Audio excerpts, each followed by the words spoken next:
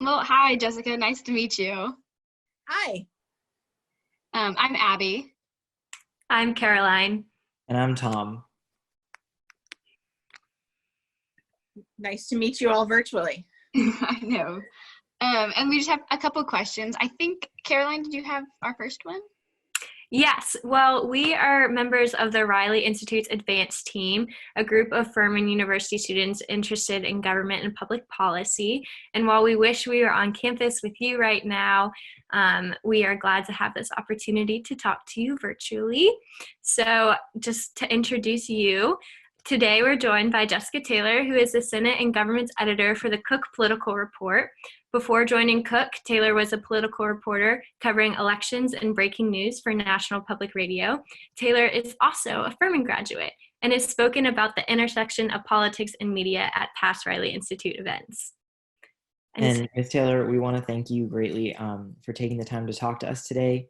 It's really great to have you back at another Furman event, although not physically, and we hope that you and your loved ones are safe and well. Yeah, I was a Riley Institute member too when I was at Furman, so it's nice to find different ways to try to do things and adapt during this challenging time. That's awesome.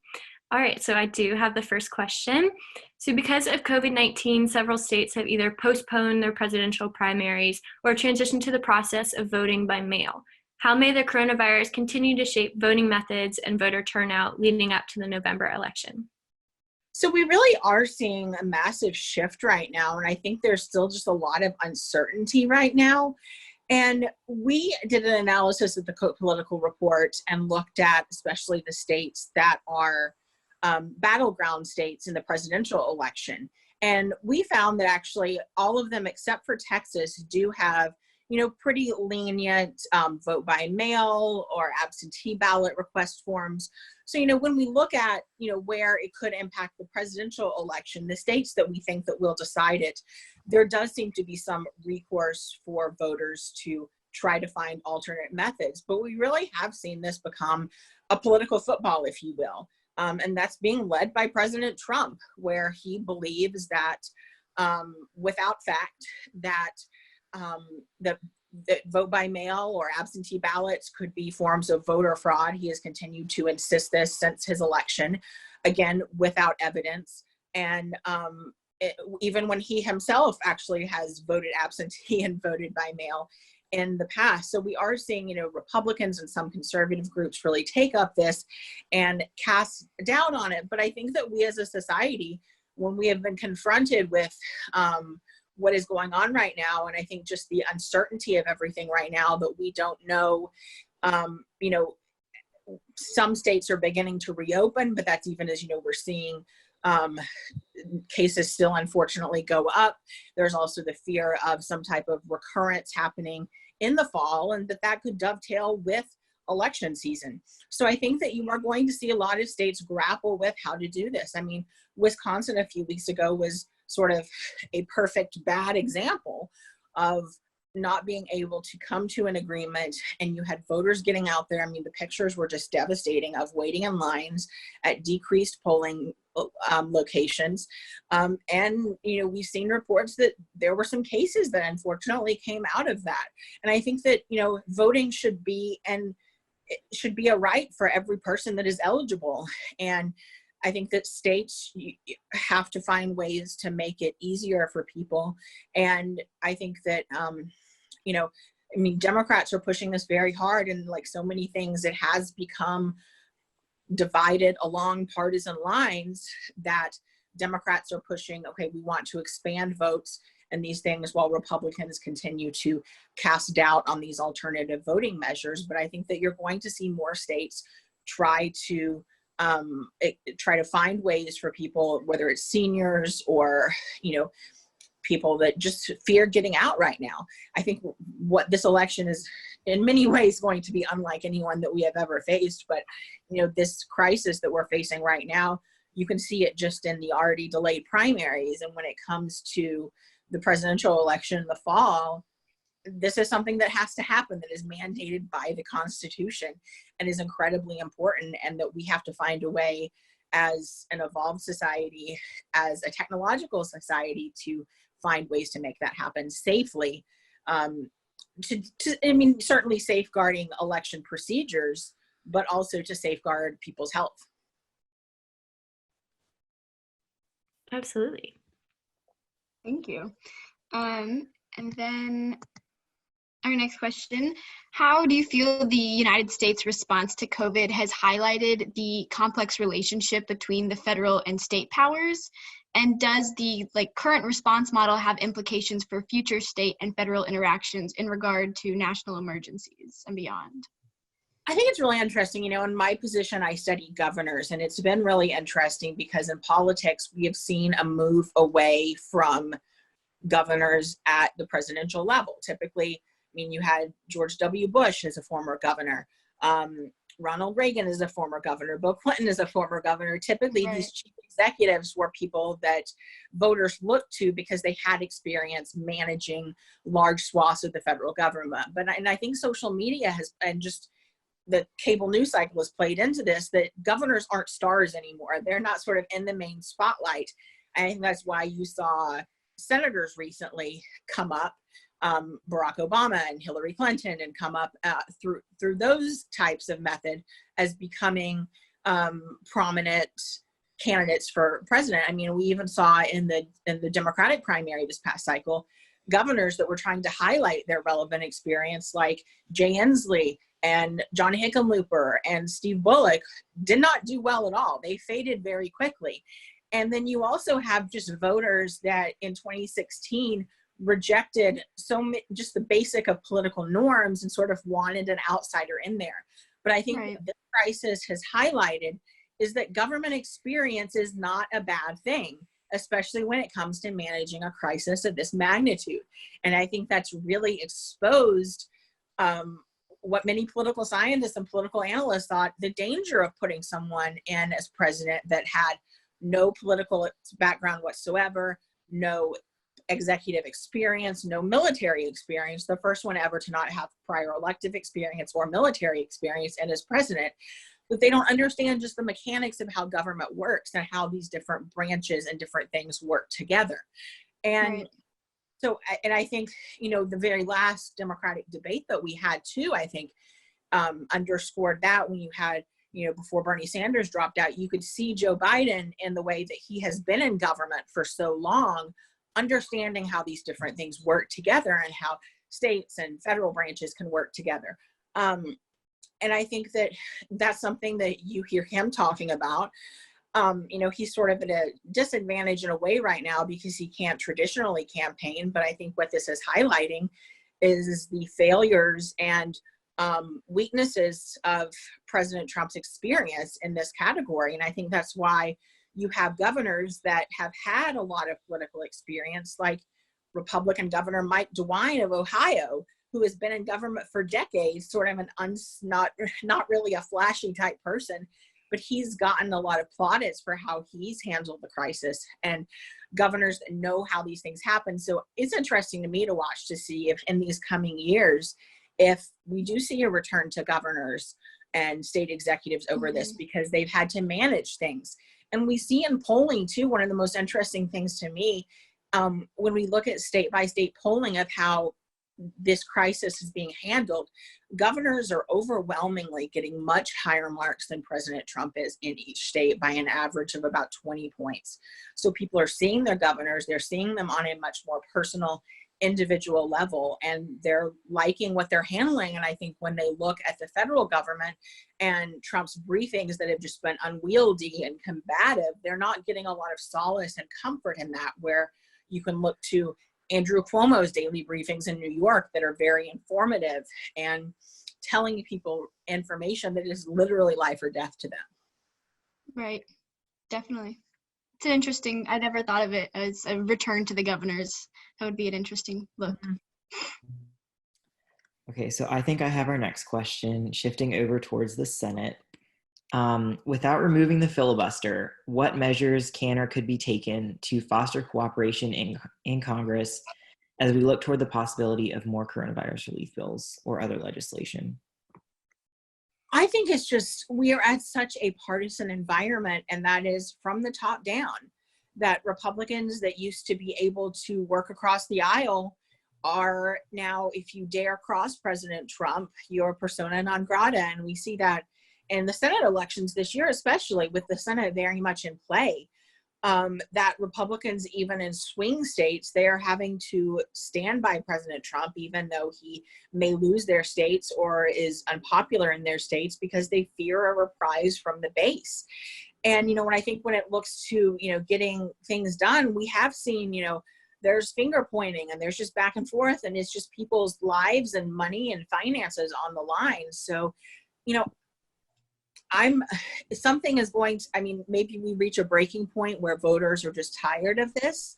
But right now, I think that the way our political system is set up and has been growing over the past few years, there's very little incentive for either side, Republicans and Democrats, to compromise. And right now is a time when we need compromise most. So I'm not entirely sure what the way forward is. And I'm not sure that a lot of senators and legislators are either.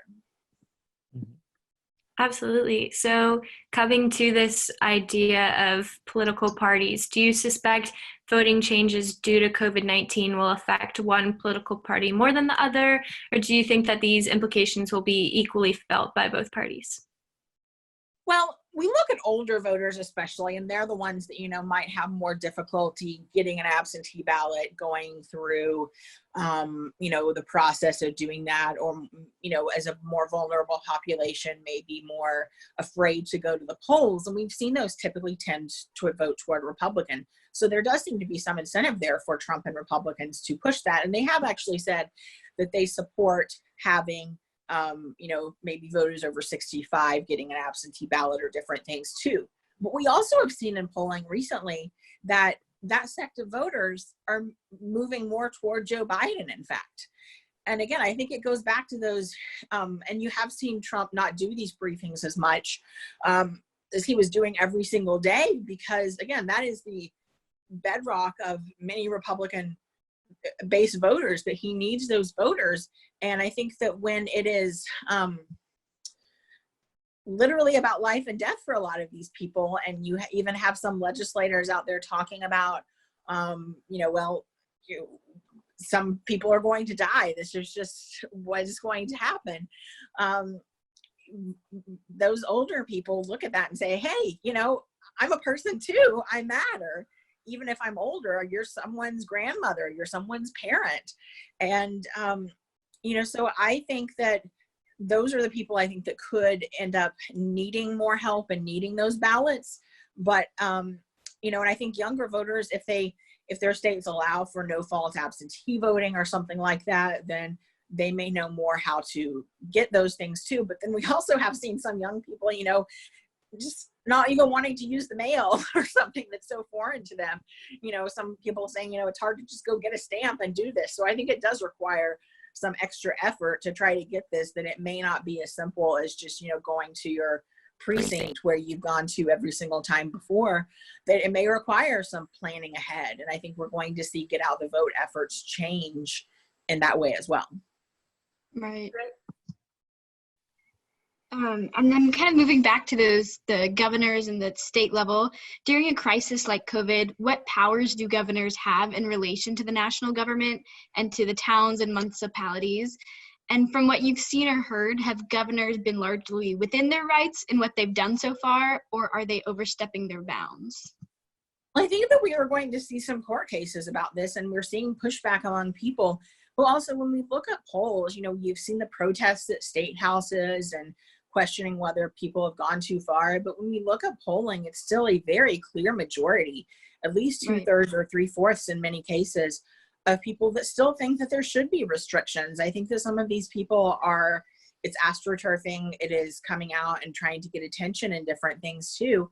And I think that we have seen, this is why we have a federalist system of government. And, one of the most stark things for me as a political analyst was a few times ago when, President Trump, at both times, he's tried to blame governors, he's tried to shift the blame, and he's tried to say that, it's his purview, and rolling back and wanting to roll back some of these things. He says, well, I have the power, I have the ultimate authority. Well, that's not what our Constitution says.